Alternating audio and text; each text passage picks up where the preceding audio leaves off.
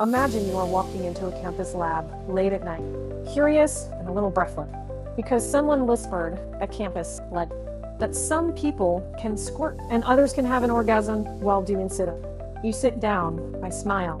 Let me tell you the sign. I say, and the story begins. First, female ejaculation. Some people call it squirting. Not everyone does it. Some people do it sometimes. The body surprises us. Behind the name is a debate. There's a small gland near the urethra, often called the Skene's gland. When stimulated, it can release fluid. Sometimes that fluid is a little like urine. Sometimes lab tests show prostate-like fluid. Scientists still argue over how much comes from the bladder and how much from glandular tissue. The key thing, it is a natural bodily response for some people.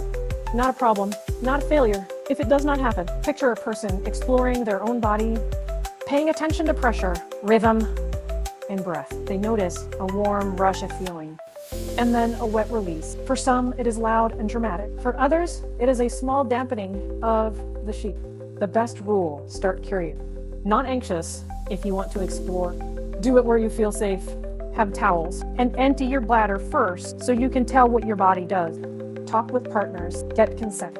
No shame, and remember, many people never experience it, and that is completely normal. Now, flip the page to the coregasm. Coregasm is a delightful surprise, an orgasm triggered by core exercise. Imagine a tough plank or a set of crunches, and then, unexpectedly, the whole body floods with pleasure. How can a workout do that? Nerves do strange and wonderful things. The pelvic floor muscles, which support the bladder and reproductive organs, connect to the core. When you push those muscles during heavy exercise, you can stimulate the same nerves that light up during sexual arousal. Some bodies are wired to translate intense muscle work into sexual sensation. For others, it never happens. Again, normal. Coregasms teach us about overlaps in the body. They show how exercise, breath, posture, and pelvic muscle tension interact with sexual response. If you are curious, try paying attention to breath and muscle sensations during non-sexual movement. Be safe, stop if anything hurts. If you experience a coregasm unexpectedly in a gym, I don't know what happens to more people than you think.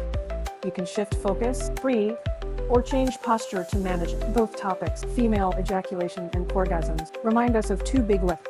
1. Human bodies are wildly variable. 2. Curiosity plus consent plus safety equals best experiment.